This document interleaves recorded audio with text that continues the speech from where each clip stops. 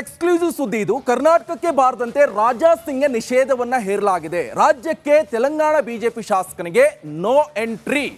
ಗಣೇಶ ವಿಸರ್ಜನಾ ಕಾರ್ಯಕ್ರಮದಲ್ಲಿ ಭಾಗಿಯಾಗಬೇಕಾಗಿತ್ತು.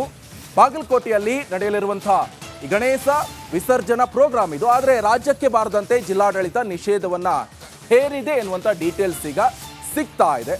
ಕರ್ನಾಟಕಕ್ಕೆ ಬಾರದಂತೆ ರಾಜಾ ಸಿಂಗ್ಗೆ ನಿಷೇಧವನ್ನ ಹೇರಲಾಗಿದೆ. ರಾಜ್ಯಕ್ಕೆ ತೆಲಂಗಾಣ ಬಿಜೆಪಿ ಶಾಸಕನಿಗೆ ಈಗ ಯಾವುದೇ ಕಾರಣಕ್ಕೂ ಕರ್ನಾಟಕಕ್ಕೆ ಬರಕೂಡದು ಎನ್ನುವಂಥ ನಿಟ್ಟಿನಲ್ಲಿ ಈಗಾಗಲೇ ನೋ ಎಂಟ್ರಿ ಎನ್ನುವಂಥ ಬೋರ್ಡ್ ಕೂಡ ಆಗಿದೆ. ಗಣೇಶ ವಿಸರ್ಜನಾ ಕಾರ್ಯಕ್ರಮದಲ್ಲಿ ಭಾಗಿಯಾಗಬೇಕಾಗಿತ್ತು. ಆದರೆ ಬಾಗಲಕೋಟೆಯಲ್ಲಿ ನಡೀತಾ ಇರುವಂಥ ಈ ಪ್ರೋಗ್ರಾಮ್, ಆದರೆ ಈ ಪ್ರೋಗ್ರಾಮ್ಗೆ ಈಗ ನೋ ಎಂಟ್ರಿ. ರಾಜ್ಯಕ್ಕೆ ಬಾರದಂತೆ ಜಿಲ್ಲಾಡಳಿತ ಕೂಡ ಖಡಕ್ ನಿಷೇಧವನ್ನ ಹೇರಿರುವಂಥದ್ದು.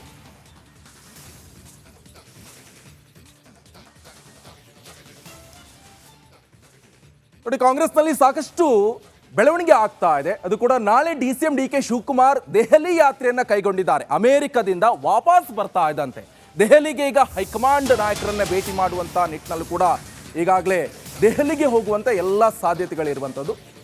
ನಾಳೆ DCM DK ಶಿವಕುಮಾರ್ ದೆಹಲಿ ಯಾತ್ರೆಯನ್ನ ಕೈಗೊಂಡಿದ್ದಾರೆ. ಅಮೆರಿಕದಿಂದ ವಾಪಸ್ ಬರ್ತಾ ಇದ್ದಂತೆ ದೆಹಲಿಗೆ ಹೋಗ್ತಾ ಇರುವಂಥದ್ದು. ಅಲ್ಲಿ ಹೈಕಮಾಂಡ್ ನಾಯಕರನ್ನ ಭೇಟಿ ಮಾಡಿ ಎಲ್ಲ ವಿಚಾರಗಳನ್ನು ಹೇಳುವಂಥ ಎಲ್ಲ ಸಾಧ್ಯತೆಗಳಿದೆ. ತೀವ್ರ ಕುತೂಹಲಕ್ಕೂ ಕೂಡ ಕಾರಣ ಆಗ್ತಾ ಇದೆ ಉಪಮುಖ್ಯಮಂತ್ರಿಯವರ ದೆಹಲಿ ವಿಸಿಟ್. ಹಾಗಾದರೆ ಏನೆಲ್ಲ ಚರ್ಚೆ ಆಗಬಹುದು ಎನ್ನುವಂಥದ್ದು ಕೂಡ ಇಲ್ಲಿ ಭಾಳ ಇಂಟ್ರೆಸ್ಟಿಂಗ್ ವಿಚಾರ. ಯಾಕಂದರೆ ಈಗಾಗಲೇ ಗಮನಿಸ್ತಾ ಇದ್ದೀವಿ, ಒಂದು ಕಡೆ CM ವಿಚಾರ ಇರ್ಬೋದು, ಮೂಡಾ ಇರ್ಬೋದು, ವಾಲ್ಮೀಕಿ ವಿಚಾರ ಇರ್ಬೋದು, ಎಲ್ಲ ಸಂದರ್ಭದಲ್ಲೂ ಕೂಡ CM ಸಿದ್ದರಾಮಯ್ಯನವರು ಬದಲಾಗ್ತಾರೆ. ಒಂದಿಷ್ಟು ನಾಯಕರು ಕೂಡ ಮಾತುಗಳನ್ನು ಹೇಳ್ತಾ ಇದ್ದಾರೆ. ಇನ್ನೊಂದಿಷ್ಟು ಜನ ಕೂಡ CM ಒಂದು ಕುರ್ಚಿಗೆ ಟವಲ್ ಹಾಕೊಂಡು ಕೂತ್ಕೊಂಡಿದ್ದಾರೆ, ನಾನು ಹಾಕ್ತೀನಿ. ಇದೆಲ್ಲ ವಿಚಾರಗಳು ಕೂಡ ಚರ್ಚೆ ಆಗಬಹುದು. ಹಾಗಾದರೆ ಹೈಕಮಾಂಡ್ ನಾಯಕರಲ್ಲಿ ಚರ್ಚೆನ ಮಾಡ್ತಾರ ಹಾಗಾದರೆ, ಅಥವಾ ಇನ್ನೇನಾದರೂ ಮಾಹಿತಿಯನ್ನು ಹಂಚ್ಕೋಬೋದಾ DK ಶಿವಕುಮಾರ್ ಅವರು? ಆ ನಿಟ್ಟಿನಲ್ಲಿ ಕೂಡ ಎಲ್ಲೋ ಒಂದು ಕಡೆ ದೆಹಲಿ ಪ್ರವಾಸವನ್ನು ಕೈಗೊಂಡ್ರ? ಇವೆಲ್ಲವೂ ಕೂಡ ಇಲ್ಲಿ ಕುತೂಹಲಕಾರಿಯಾದಂಥ ಸಂಗತಿ. ನಾಳೆ ಈಗ ದೆಹಲಿಗೆ ಹೋಗ್ತಾ ಇದ್ದಾರೆ. ಅದು ಕೂಡ ಅಮೆರಿಕದಿಂದ ಬರ್ತಾ ಇದ್ದಂತೆ ದೆಹಲಿಗೆ ಹೋಗ್ತಾ ಇರುವಂಥದ್ದು ಬಹಳ ಕ್ಯೂರಿಯಾಸಿಟಿಯನ್ನು ಹೆಚ್ಚಿಸ್ತಾ ಇರುವಂಥದ್ದು. ಯಾಕಂತ ಹೇಳಿದ್ರೆ ಅಮೆರಿಕದಲ್ಲೂ ಕೂಡ ರಾಹುಲ್ ಗಾಂಧಿ ಅವರನ್ನು ಭೇಟಿಯಾಗಿದ್ರು, ಒಂದಿಷ್ಟು ಮಾತುಕತೆಗಳನ್ನು ಕೂಡ ನಡೆಸಿದ್ದಾರೆ. ಅದು ಕೂಡ ಉಪಮುಖ್ಯಮಂತ್ರಿ DK ಶಿವಕುಮಾರ್ ಅವರು ದೆಹಲಿಗೆ ಹೋಗ್ತಾ ಇರುವಂಥದ್ದು ಏನು ಆಗ್ತಾ ಇದೆ ಹಾಗಾದ್ರೆ ರಾಜ್ಯ ರಾಜಕೀಯದಲ್ಲಿ ಎನ್ನುವಂಥದ್ದು ಬಹಳ ಇಂಟ್ರೆಸ್ಟಿಂಗ್ ಆದಂಥ ವಿಚಾರ.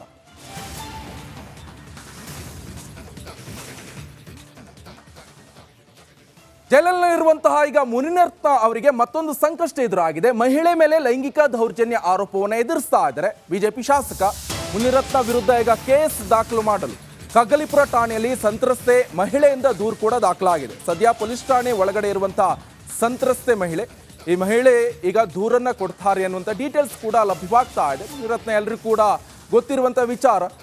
ಸಾಕಷ್ಟು ದಿನಗಳಿಂದ ಕರ್ನಾಟಕದಲ್ಲಿ ಸಾಕಷ್ಟು ಸದ್ದು ಸುದ್ದಿ ಆಗ್ತಿರುವಂಥ ವಿಚಾರ ಅದು ಮುನಿರತ್ನ ಲಂಚಕ್ಕೆ ಒಡ್ಡಿರುವಂತಹ ಒಂದು ಆರೋಪ ಕೇಳಿ ಬರ್ತಾ ಇದೆ. ಆ ಆಡಿಯೋ ಇರ್ಬೋದು, ಹಾಗೆ ದಲಿತರ ವಿಚಾರಕ್ಕೆ ಯಾವ ರೀತಿಯಾಗಿ ಮಾತನಾಡಿದ್ದಾರೆ, ನೀಚವಾದಂಥ ಮನಸ್ಥಿತಿ ಇದೆ ಅಂತ ಕೂಡ ಸಾರ್ವಜನಿಕ ವಲಯದಲ್ಲಿ ಕೇಳಿ ಬರ್ತಾ ಇರುವಂಥದ್ದು. ಏನೇನೆಲ್ಲ ಅವಾಚ್ಯ ಶಬ್ದಗಳನ್ನು ಮಾತಾಡಿ ನಿಂದಿಸಿದ್ದಾರೆ, ಇದೇ ವಿಚಾರಕ್ಕೆ ಸಾಕಷ್ಟು ಚರ್ಚೆ ಆಯಿತು. ಈಗ ಪರಪ್ಪನ ಅಗ್ರಹಾರ ಜೈಲಿನಲ್ಲೂ ಕೂಡ ಇದ್ದಾರೆ ಮುನಿರತ್ನ. ಜಾಮೀನಿಗಾಗಿ ಹೋರಾಟವನ್ನು ಮಾಡ್ತಾ ಇದ್ದಾರೆ. ಆದರೆ ಇದರ ನಡುವೆ ಈಗ ಮತ್ತೊಂದು FIR ಆಗುವಂಥ ಎಲ್ಲ ಸಾಧ್ಯತೆ ಕೂಡ ಇರುವಂಥದ್ದು. ಜೈಲಿನಲ್ಲಿರುವಂತಹ ಮುನಿರತ್ನಗೆ ಈಗ ಮತ್ತೊಂದು ಸಂಕಷ್ಟ ಕೂಡ ಎದುರಾಗ್ತಾ ಇದೆ. ಮಹಿಳೆ ಮೇಲೆ ಲೈಂಗಿಕ ದೌರ್ಜನ್ಯ ಈ ಆರೋಪ ಈಗ ಕೇಳಿ ಬರ್ತಾ ಇದೆ. ಬಿಜೆಪಿ ಶಾಸಕ ಮುನಿರತ್ನ ವಿರುದ್ಧ ಕೇಸ್ ಕೂಡ ದಾಖಲು ಮಾಡಲು ಈಗಾಗಲೇ ಸಿದ್ಧತೆ ಕೂಡ ನಡೆಸಲಾಗ್ತಾ ಇದೆ. ಕಗ್ಗಲಿಪುರ ಠಾಣೆಯಲ್ಲಿ ಸಂತ್ರಸ್ತೆ ಮಹಿಳೆಯಿಂದ ದೂರು. ಸದ್ಯ ಪೊಲೀಸ್ ಠಾಣೆ ಒಳಗಡೆ ಈಗಾಗಲೇ ಸಂತ್ರಸ್ತೆ ಮಹಿಳೆ ಇದ್ದಾಳೆ. ನೋಡಿ, ಈಗಾಗಲೇ ಗಮನಿಸ್ತಾ ಇದ್ವಿ ಎಷ್ಟೆಲ್ಲ ಅವಾಚ್ಯ ಶಬ್ದಗಳು ಈತನ ಬಾಯಲ್ಲಿ ಬಂದಿರುವಂಥದ್ದು ನಾವೆಲ್ಲರೂ ಕೂಡ ನೋಡಿದ್ವಿ. ಹಿಂದೆ ಕೂಡ ಶಾಸಕರಾಗಿರುವಂಥ ಮುನಿರತ್ನ ಅವರು ಸಂವಿಧಾನದ ಬಗ್ಗೆ ಯಾವ ರೀತಿಯಾಗಿ ಪ್ರಾಮಿಸ್ ಮಾಡಿ ಮಾತಾಡ್ತಾರೆ. ಒಬ್ಬ ಶಾಸಕ ಅಂತ ಹೇಳಿದ್ರೆ ಸರ್ವ ಜನಾಂಗವನ್ನು ಒಂದು ಒಳ್ಳೆ ರೀತಿಯಿಂದ, ಒಂದು ಒಳ್ಳೆ ದೃಷ್ಟಿಕೋನದಿಂದ ನೋಡಬೇಕು. ಆದರೆ ಈತನ ಬಾಯಲ್ಲಿ ಬಂದಿರುವಂಥ ಮಾತುಗಳು ಎಬ್ಬಬ್ಬ, ಒಂದೊಂದು ಮಾತುಗಳು ಎಷ್ಟು ಹೊಲಸು ಎನ್ನುವಂಥದ್ದು ಗೊತ್ತಾಗ್ತಾ ಇದೆ ಇಡೀ ರಾಜ್ಯದ ಜನತೆಗೆ. ಅದೇ ಈಗಾಗಲೇ ಅದರ ವಿರುದ್ಧ ಕೂಡ ದಾಖಲಾಗಿ ಒಂದು ಕೇಸಲ್ಲಿ ಒಳಗಡೆ ಇದ್ರೆ, ಈಗ ಲೈಂಗಿಕ ದೌರ್ಜನ್ಯ ಆರೋಪದ ಅಡಿಯಲ್ಲಿ ಮತ್ತೊಂದು ಕೇಸ್. ಈ ಬಗ್ಗೆ ಹೆಚ್ಚಿನ ಡೀಟೇಲ್ಸ್ ಅನ್ನು ಕೊಡ್ತಾರೆ ನನ್ನ ಕ್ರೈಮ್ ಬ್ಯೂರೋಯಿಂದ ಧ್ರುವ ನೇರ ಸಂಪರ್ಕದಲ್ಲಿ ಜಾಯ್ನ್ ಆಗಿದ್ದಾರೆ. ಧ್ರುವ, ಈಗ ಸದ್ಯ ಏನಾಗ್ತಾ ಇದೆ? ಈಗ ದೂರು ದಾಖಲಾಗಬಹುದಾ? ಸದ್ಯ ಮಹಿಳೆ ಏನಂತಿದ್ದಾರೆ? ಏನ್ ಪ್ರಕರಣ ಇದು ಆಕ್ಚುಲಿ?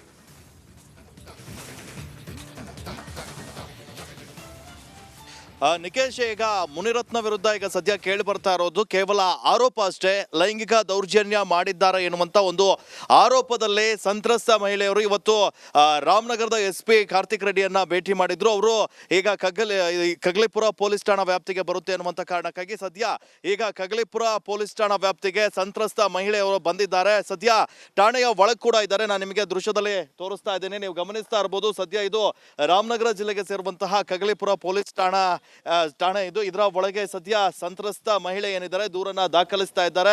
ಈ ವಿಚಾರಣೆಗೆ ಸಂಬಂಧಪಟ್ಟ ಹಾಗೆ ಸಂತ್ರಸ್ತ ಮಹಿಳೆ ಅಂದ್ರೆ ಏನೆಲ್ಲ ಆರೋಪಗಳಿದೆ ಎಲ್ಲವನ್ನ ಕೂಡ ಈಗ ಠಾಣೆಯ ಒಳಗೆ ಹೋಗಿ ತಮ್ಮ ದೂರಿನಲ್ಲಿ ಉಲ್ಲೇಖಿಸ್ತಾ ಇದ್ದಾರೆ. ಮುಖ್ಯವಾಗಿ ಅಂದ್ರೆ ಪೊಲೀಸ್ ಅಧಿಕಾರಿಗಳು ಕೂಡ ಅವರನ್ನ ದೂರು ದಾಖಲಿಸಿಕೊಳ್ಳುವ ಸಂದರ್ಭದಲ್ಲಿ ಎಲ್ಲವನ್ನ ಕೂಡ ಸಮಗ್ರವಾಗಿ ಅವರಿಂದ ಮಾಹಿತಿಯನ್ನ ಪಡ್ಕೊಳ್ತಾ ಇದ್ದಾರೆ. ಅವರ ಆರೋಪವೇನು, ಆರೋಪಕ್ಕೆ ಯಾವ ತರ ಸಾಕ್ಷ್ಯಗಳಿದಾವೆ ಎನ್ನುವಂತಹ ಕೆಲವೊಂದಿಷ್ಟು ವಿಚಾರಗಳ ಬಗ್ಗೆ ಕೂಡ ಮಹಿಳೆಯನ್ನ ಪ್ರಶ್ನಿಸ್ತಾ ಇದ್ದಾರೆ. ಯಾವಾಗ ಆ ತರಹ ಲೈಂಗಿಕ ದೌರ್ಜನ್ಯ ಆಯಿತು, ಹೀಗೆ ಹಲವು ಪ್ರಶ್ನೆಗಳನ್ನ ಕೂಡ ಕೇಳ್ತಾ ಇದ್ದಾರೆ. ಅದಕ್ಕೆ ಸಂಬಂಧಪಟ್ಟ ಹಾಗೆ ಅವರು ಕೂಡ ಕಳೆದ ಒಂದೆರಡು ಗಂಟೆಯಿಂದ ಕೂಡ ಸ್ಟೇಷನ್ ಒಳಗಿದ್ದಾರೆ.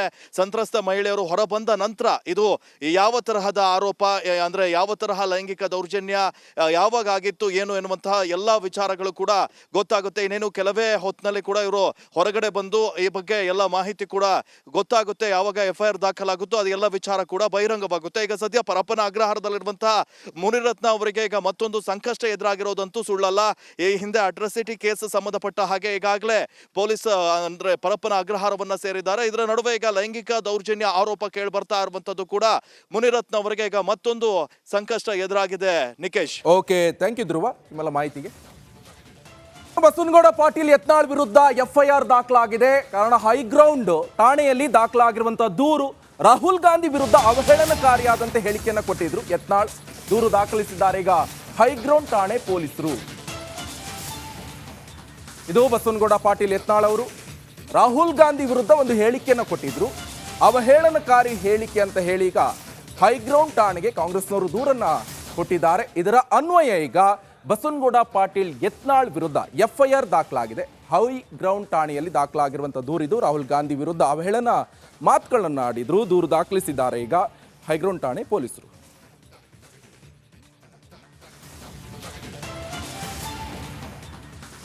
ಇಷ್ಟು ಮಾತ್ರ ಅಲ್ಲ, ಅಶೋಕ್ ಹಾಗೆ ಶೋಭಾ ಕರಂದ್ಲಾಜೆ ವಿರುದ್ಧ ಕೂಡ FIR ದಾಖಲಾಗಿದೆ. ಇದು ನಾಗಮಂಗಲ ಗಲಭೆ ಸಂಬಂಧ ಸುಳ್ಳು ಮಾಹಿತಿ ಹಿನ್ನೆಲೆಯಲ್ಲಿ ಇವರ ವಿರುದ್ಧ FIR ದಾಖಲಾಗಿರುವಂಥದ್ದು. ಅಶೋಕ್ ಹಾಗೆ ಶೋಭಾ ಕರಂದ್ಲಾಜೆ ವಿರುದ್ಧ FIR ಕೂಡ ದಾಖಲಾಗಿದೆ. ನಾಗಮಂಗಲ ವಿಚಾರಕ್ಕೆ ಸಂಬಂಧಪಟ್ಟಂತೆ ಈ ಗಲಭೆ ಆಯ್ತಲ್ವಾ, ಅದರ ಬಗ್ಗೆ ಸುಳ್ಳು ಮಾಹಿತಿ ಹಿನ್ನೆಲೆಯಲ್ಲಿ ಅಶೋಕ್ ಹಾಗೆ ಶೋಭಾ ಕರಂದ್ಲಾಜೆ ವಿರುದ್ಧ ದೂರು ಕೂಡ ದಾಖಲಾಗಿದೆ. ನಾಗಮಂಗಲ ಟೌನ್ ಠಾಣೆಯಲ್ಲಿ FIR ದಾಖಲಾಗಿರುವಂಥದ್ದು. ನಾಗಮಂಗಲ ಘಟನೆ ವಿಡಿಯೋ ಫೋಟೋ ಪೋಸ್ಟ್ ಮಾಡಿ ದೊಂಬಿ ಗಲಭೆಗೆ ಪ್ರಚೋದನೆಯನ್ನ ಮಾಡಿದ್ದಾರೆ ಇವರಿಬ್ಬರು. ಈ ಆರೋಪದಡಿ FIR ದಾಖಲಾಗಿದೆ. BNS ಸೆಕ್ಷನ್ 192 ಅಡಿ ಈ ದೂರನ್ನ ಈಗಾಗಲೇ ಕಾಕಿ ದಾಖಲು ಮಾಡಿಕೊಂಡಿದೆ. ನಾಗಮಂಗಲ ವಿಚಾರ ಎಷ್ಟು ದೊಡ್ಡ ಸದ್ದಾಗಿದೆ. ಈ ವಿಚಾರಕ್ಕೆ ಸಂಬಂಧಪಟ್ಟಂತೆ ಇವರಿಬ್ಬರು ಅಲ್ಲಿನ ವಿಡಿಯೋ ಹಾಗೆ ಫೋಟೋಗಳನ್ನು ಶೇರ್ ಮಾಡಿದ್ದಾರೆ. ಇದ್ರ ವಿರುದ್ಧ ಈಗ ದೊಂಬಿಗೆ ಕಾರಣ ಆಯಿತು ಅಂತ ಇವರ ವಿರುದ್ಧ ಕೂಡ ಈಗ FIR ದಾಖಲಾಗಿದೆ.